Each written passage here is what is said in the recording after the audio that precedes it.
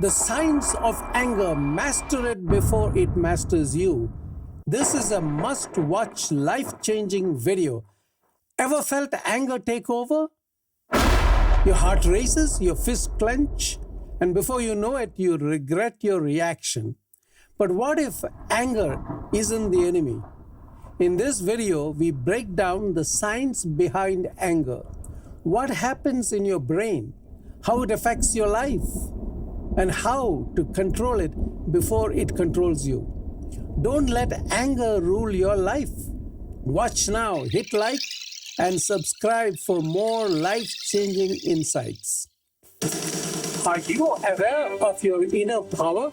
How often do you use your inner strength? Do you feel strong or weak? I am Dr. TJ, a Harvard-trained surgeon and motivational speaker. Welcome. Sit back, relax, and enjoy.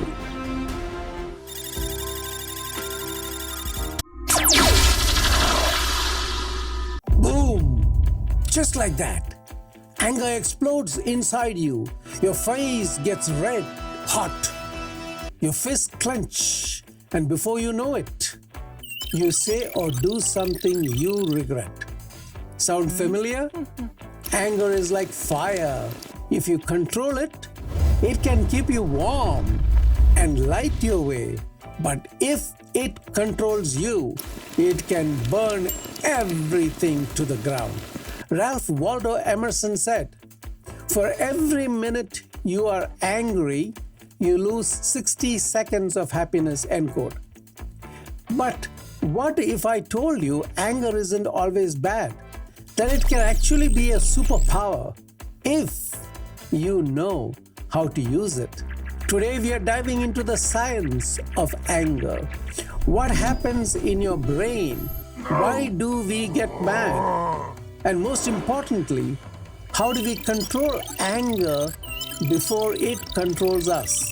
Stay tuned, because by the end of this video, you'll never see anger the same way again.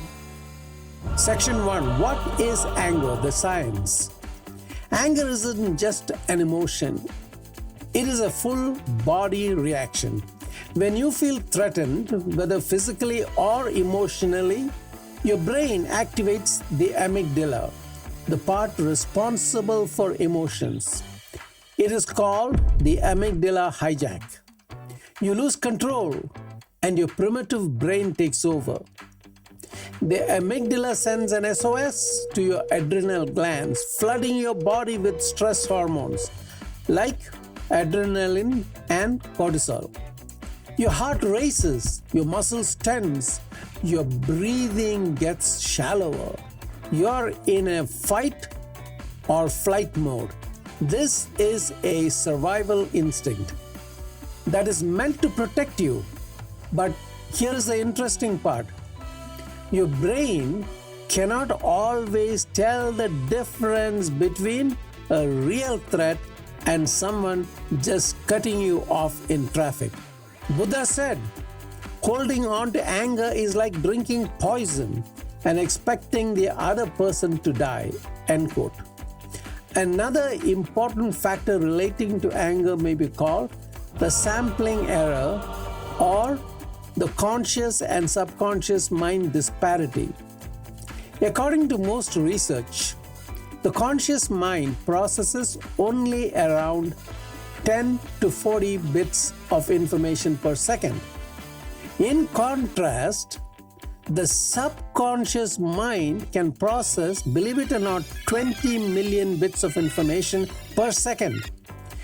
This is a huge disparity at any given moment.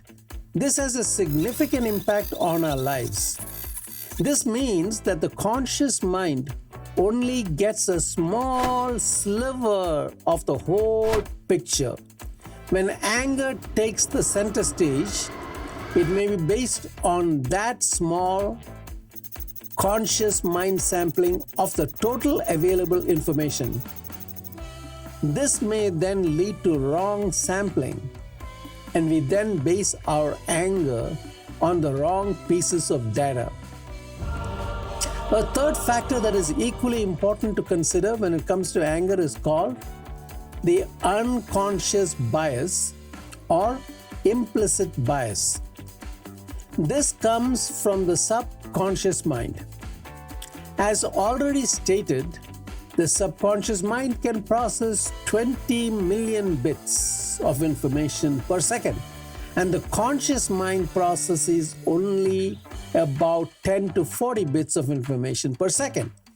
This can lead to the potential for unconscious biases to develop due to the subconscious mind making quick judgments based on stored information without conscious awareness, and potentially to anger responses as the subconscious quickly forms judgments based on past experiences and emotional cues. Thus, unconscious biases can subtly influence anger by causing individuals to misinterpret situations, attribute hostile intent to others, or magnify existing biases that may lead to amplified anger responses. Section 2. The cost of uncontrolled anger. Here's the scary part. If anger becomes your default reaction, your body suffers. Chronic anger has been linked to heart disease, high blood pressure, and even a weakened immune system. Not to mention the damage to your relationships. Ever said something in the heat of the moment that you regretted later? Words spoken in anger can cut deeper than a knife, causing potentially permanent damage. Section 3. A real life story. The anger that changed history. Let's talk about Mahatma Gandhi. Did you know he was once an angry young man? Before becoming the peaceful leader we know today, Gandhi was thrown off a train in South Africa simply because of his race. Furious, he wanted revenge, but instead of letting his anger consume him, he transformed it into something bigger, a movement that changed the world. Gandhi's anger did not destroy. Instead, it created, it fueled a revolution. Imagine if we all learned to channel our anger into something positive. Buddha said, "You will not be punished for your anger. You will be punished by your anger." End quote. Section 4. How to control anger. Let's look at some practical strategies. How do you stop anger from controlling you? Number 1. The 6-second rule. Science shows that it takes about 6 seconds for the initial anger response to peak and begin to fade. Next time you feel rage boiling up, pause and breathe for 6 seconds. That tiny delay can be the difference between reacting and responding. This is what I call the gap technique.